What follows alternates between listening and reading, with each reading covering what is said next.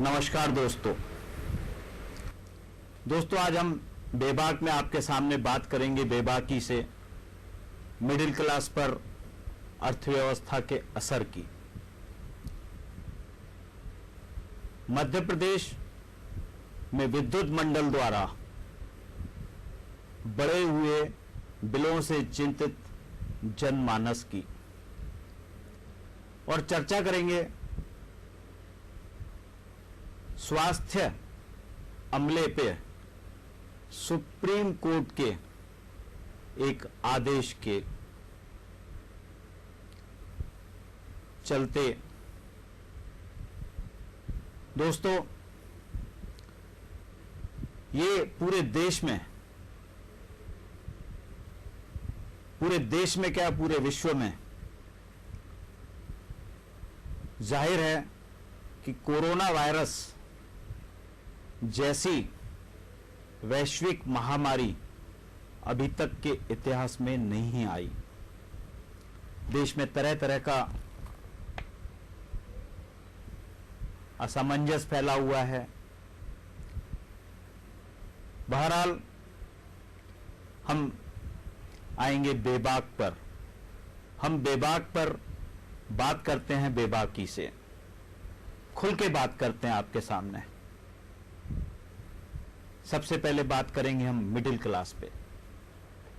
दोस्तों corona virus के चलते देश में मिडिल क्लास के बहुत बुरे दिन आने वाले हैं। आज हम बिगड़ती अर्थव्यवस्था पर, मिडिल क्लास पर बात कर रहे हैं। जी हां दोस्तों, वर्ष 2008 में जब वित्तीय संकट में पूरी दुनिया को अपनी चपेट में ले लिया था, इसके बावजूद ऐसा लगता था कि वैश्विक समृद्धि की लंबी यात्रा में वह महज एक अस्थायी झटका था। और उस समय ऐसा लगता था विश्व का भविष्य तो भारत के हाथ में ही है। आर्थिक भविष्य को लेकर हमारे इस आत्मविश्वास की वजह क्या थी? वह वजह थी हमारा तात्कालिक आर्थिक इतिहास। भारत का विशाल मध्यम वर्ग साल 2004 के मध्य में वैश्विक अर्थव्यवस्था की लहरों ने भारतीय तटों को छूना शुरू कर दिया। हमारे स्टॉक मार्केट में मोटे पैसे आने लगे थे। कंपनियां शेयर बेचकर पैसों की उभाई कर रही थीं। हम उस पैसे से अपना कारोबार बढ़ा रहे थे। बैंकों ने निवेश और खर्च के लिए सबको कर्ज देना शुरू कर दिया था। इस दौरान प्रतिभाशाली लोगों को लुभाने और अपने साथ जोड़े रखने के लिए कंपनियों में होड़ मची होती थी। फंडिंग से लबालब कंपनियों ने तब मिडिल और सीनियर मैनेजमेंट पर खूब खर्च किए। युवा पेशेवर की मोटी सैलरी कम हो गई थी और कंपनी की तरफ से मिलने वाले खर्च और भत्तों की वजह से वह खुद को अपनी कमाई से भी ज्यादा अमीर समझने लगे। ऊंचाइयों को छूते यह भारतीय जब विदेशों में छुट्टियां मनाने जाते तो लगभग हर चीज खरीदने की अपनी नई ताकत देखकर हैरान रह जाते। मगर इसकी वजह सिर्फ फंड की बाढ़ नहीं थी। किसी भी तरह का सरकारी ठेका या सरकारी बैंकों से कर्ज लेने के लिए सत्ता में बैठे लोगों की खिदमतगारी करनी पड़ती थी। भारत के शहरों में सत्ता के दलालों और बिचौलियों की फौज खड़ी हो गई थी, जो कि 5 सितारा होटलों की लॉबी में कारपोरेट अधिकारियों और नेताओं के रास्ते भेजा जाता और फिर वह काला धन गुमनाम वचन पत्र के जरिए भारत के बाजार में लौट आता था। सबसे ज्यादा काला धन रियल एस्टेट में लगाया गया, जिसकी वजह से प्रॉपर्टी के दाम आसमान छूने लगे। शहरों में घर बनाना लोगों की हैसियत से बाहर की बात हो गई, मगर भविष्य में अमीर बनने का मौका देखकर मध्यम वर्ग ने कर्ज लेकर उपनगरों में आने वाले प्रोजेक्ट में निवेश शुरू कर दिया। प्रॉपर्टी के दाम पता करना और उनकी तुलना करना पार्टियों में बातचीत का हिस्सा बन जाती थी। इसके बाद अचानक 2008 की शुरुआत में यह बुलबुला फूट गया। रातों रात देश वापस ले लिए गए। 2004 की गर्मियों में 5000 के आंकड़े पर रहा सेंसेक्स 2008 जनवरी तक 21000 तक पहुंच चुका था। वह धड़ाम से करीब 1/3 नीचे गिरा। प्रॉपर्टी का लेन देन रुक गया। इसके दाम ढेर तो नहीं हुए, कीमतें बढ़ना बंद हो गईं। दफ्तरों में काम करने वाली नौकरियां खत्म हो गईं, भर्तियां रुक गईं। कई कंपनियों ने लोगों के वेतन में कटौती कर दी। मध्यम वर्गीय की आय और संपत्ति दोनों सिमटने लगे।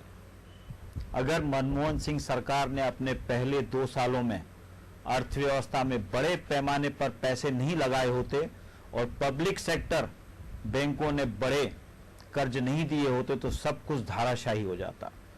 इससे 2011 तक घरेलू निवेश और खपत बनी रही। लेकिन उसके बाद मध्यम वर्ग को यह समझ में आ गया कि जिंदगी दोबारा पटरी पर नहीं लौटने वाली है। परिणाम स्वरूप लोग नाराज होने लगे। अन्ना आंदोलन और निर्भया केस जैसे मामलों से लोगों का रोष सामने आने लगा। इसके बाद साल 2013 के आखिरी में माननीय श्री नरेंद्र मोदी भारत से भ्रष्टाचार मिटाने और अच्छे दिन के लाने के वादों के साथ वह शक्तिशाली नेता बनकर उभरे जिसकी देश को जरूरत थी। सच्चाई तो यह थी कि जो बैलून फट चुका था उसे दोबारा फुलाने का कोई उपाय नहीं था। भारत की जिस फलती फूलती अर्थव्यवस्था की पूरी दुनिया में चर्चा हो रही थी वह सिर्फ ऊपर के 20% लोगों के लिए थी। बाकी लोगों को पिछले 1 दशक के विकास से कुछ नहीं मिला। जिस अर्थव्यवस्था में सिर्फ अमीरों का भला होता था वह ज्यादा दिन तक नहीं टिक सकती। मोदीनामिक्स का नाकाम होना तथा क्योंकि इस दौरान कुछ मोटे तौर पर यूपीए के आर्थिक रास्ते पर ही चलता है।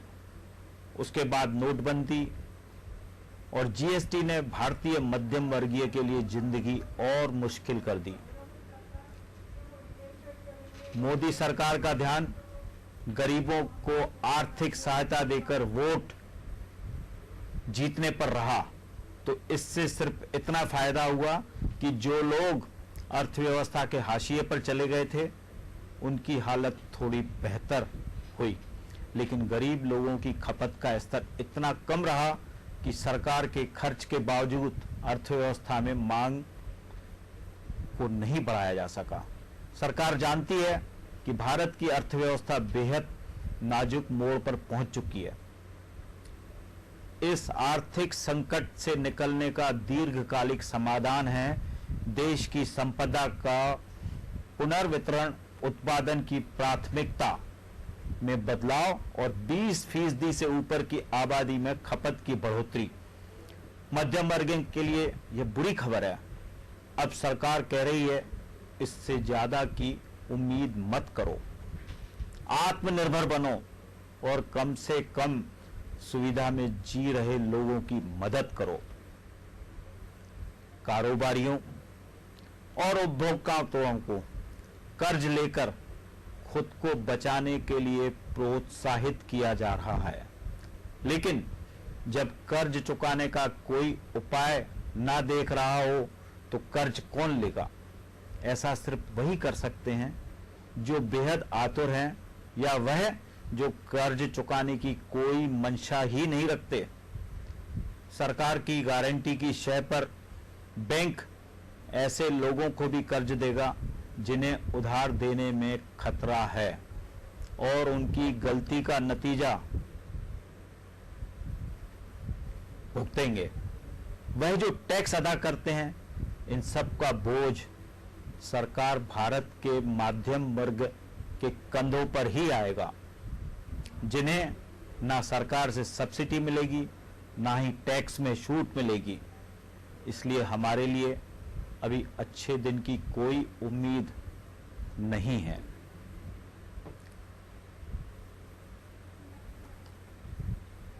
अर्थव्यवस्था पे हमने कई चीजें, कई बातें जो आपको बताई। द प्रिंट हिंदी में प्रकाशित लेख के कुछ संपादिक अंश भी हैं। दोस्तों, सतर्क रहना होगा, फूक फूक के कदम रखना होंगे। हमारे लिए फूक फूक के कदम रखना बहुत जरूरी है।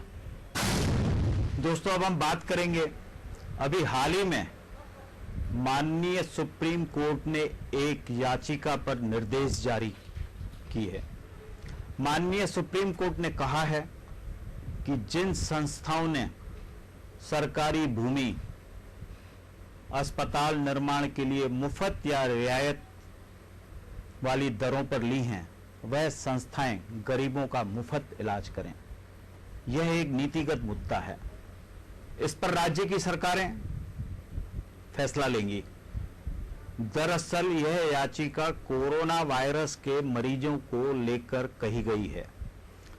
आज तादाद से मरीजों की संख्या बढ़ रही है, उसकी चपेट में सभी वर्ग के लोग आ रहे हैं और सरकारी अस्पतालों में निरंतर मरीजों की संख्या बढ़ती जा रही है। साथ ही अन्य मरीजों की संख्या भी बढ़ रही है। ऐसे में सरकारी अनुदान लेने वाले सभी अस्पतालों को आगे आना चाहिए। ऐसे में सवाल उठता है कि कौन कौन से ऐसे अस्पताल हैं जो सरकारी अनुदान से चल रहे हैं। मध्य प्रदेश में भी ऐसे कई अस्पताल हैं जो सरकार की मेहरबानी से संचालित हो रहे हैं। उनकी हालत ऐसी है कि सामान्य चिकित्सा सुविधा में इतनी औपचारिकता होती है कि आदमी परेशान हो जाता है। यह अस्पताल फिर या तो भोपाल या इंदौर में मरीजों को रेफर कर देते हैं, जहां मरीज लुटने लगता है, बिल के ऊपर बिल आने लगते हैं, जांच के ऊपर जांच होती है।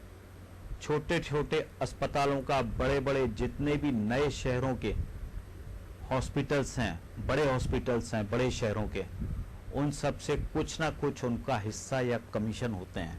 ऐसे कयास लगाए जाते हैं क्योंकि तय होता है। बहरहाल अब मध्य प्रदेश सुप्रीम कोर्ट की ऐसे निर्देशों का कितना पालन करवा पाता है, यह आने वाला वक्त ही बताएगा। लेकिन मानवीयता को देखते हुए सरकारों को आगे आना चाहिए और माननीय सुप्रीम कोर्ट का सम्मान करते हुए सख्ती से इन निर्देशों का पालन करवाना चाहिए। अब माननीय सुप्रीम कोर्ट के इस निर्देश के बाद सभी लोगों में न्याय के प्रति उम्मीदें जगने लगी है, विश्वास जागा है न्यायपालिका के प्रति। माननीय सुप्रीम कोर्ट के इस सुनवाई के बाद, फैसला देने के बाद खबरें ऐसी आ रही हैं, शिक्षा क्षेत्र में भी मुफ्त शिक्षा की सभी लोग इच्छा रखने लगे हैं। मुफ्त शिक्षा बच्चों को देना चाहिए। लोगों में चर्चा है, ठीक इस तरह के नियम जनहित में शिक्षा के क्षेत्र में भी होना चाहिए। जो शैक्षणिक संस्थान सरकारी तंत्र पर उपयोग कर रहे हैं, अनुदान ले रहे हैं, उन्हें भी मुफ्त शिक्षा बच्चों को देना चाहिए। शिक्षण सामग्री में जो लूट संस्थानों ने मचा रखी है, उन पर अंकुश लगना चाहिए। शिक्षण सामग्री जरूरतमंदों को मिलना चाहिए। यह निर्देश पहली दफा माननीय सुप्रीम कोर्ट ने अस्पतालों पर जमीन लेने वाली संस्थाओं के लिए दिया है। अब देखना है यह निर्देशों का पालन प्रदेशों में कब तक लागू हो पाएगा या नहीं हो पाएगा, क्योंकि मध्य प्रदेश में ही नहीं पूरे विश्व में इस वैश्विक महामारी का असर है। विपदा का समय है। बाकी आगे की अगर बात करें तो कुछ निजी अस्पतालों की रिपोर्ट है या उनकी छवि है, उससे तो नहीं लगता कि कोरोना जैसी गंभीर बीमारी को रोकने में भी सहायक होंगे। मरीजों को लूटने की दुकान चल निकली है। निजी अस्पताल इस महामारी के समय भी पैसा कमाने में पीछे नहीं हटेंगे। दवाइयों तक पर कमीशन खाने वाले अस्पताल इस विपरीत समय देश का कितना सहयोग करेंगे, इसकी उम्मीद बहुत कम है। सोशल मीडिया सहित प्रिंट, इलेक्ट्रॉनिक मीडिया से फोटो खिंचवाकर चर्चित रहने वाले अपनी सेवा देंगे प्रदेश में। ऐसे चंद डॉक्टर हैं जिन्होंने इस लॉकडाउन के दौरान अपनी सेवाएं दी हैं, आगे बढ़कर लोगों को सतर्क रहने के लिए प्रेरित किया है, जमीनी स्तर पर पहुंचकर लोगों को कोरोना से बचने के उपाय बताए हैं। कोई बड़ा निजी अस्पताल सामने नहीं आया जिसने लॉकडाउन में आम नागरिकों की मदद की हो। कुछ एक बड़े हॉस्पिटलों को छोड़ दिया जाए। इंदौर से एक बड़े हॉस्पिटल की मानवीय सेवा की खबरें भी आ रही हैं, जिन्होंने लॉकडाउन में आम नागरिकों की मदद की है। माननीय सुप्रीम कोर्ट का हस्तक्षेप सर्वोपरि है। जिस तरह निजीकरण के चलते आज आम आदमी से शिक्षा और स्वास्थ्य की सुविधाएं दूर होती जा रही हैं, चारों तरफ लूट मची है, कोई सख्ती नहीं होने से माननीय सर्वोच्च न्यायालय ने जनहित में गंभीरता दिखाई है। वह भी इन विषयों को लेकर चिंतित दिखाई दिया। चंद लोगों की वजह से शिक्षा और स्वास्थ्य जैसे महत्वपूर्ण स्तंभ शंका के दायरे में आ गए हैं। उस पर अंकुश लगेगा। हमारे देश की न्याय प्रणाली सबसे अच्छी है, जिस पर आम नागरिक विश्वास करते हैं। ऐसे में जनहित के मुद्दों पर निर्देश जारी करना देश का सर्वश्रेष्ठ न्याय है। स्वास्थ्य को लेकर यह निर्देश उन लोगों को भी चेतावनी है जो शिक्षा को लेकर खिलवाड़ कर रहे हैं, उसे व्यापार बना बैठे हैं। समय आ गया है शिक्षा या स्वास्थ्य में ऐसे चंद स्वार्थी तत्व जो अपने स्वार्थ सिद्ध करने में लगे हैं, जिनको मानवीयता से कोई किसी भी तरह का सरोकार नहीं, ऐसे लोगों को चिन्हित करके उनको पर्दाफाश करके मीडिया के सभी स्तंभों को आगे आकर ऐसे लोगों को चिन्हित करना होगा। अब एक और महत्वपूर्ण विषय को लेकर पूरे मध्य प्रदेश में चर्चा है। बिजली को लेकर बवाल, बिजली बिलों को लेकर बवाल। पूरे मध्य प्रदेश में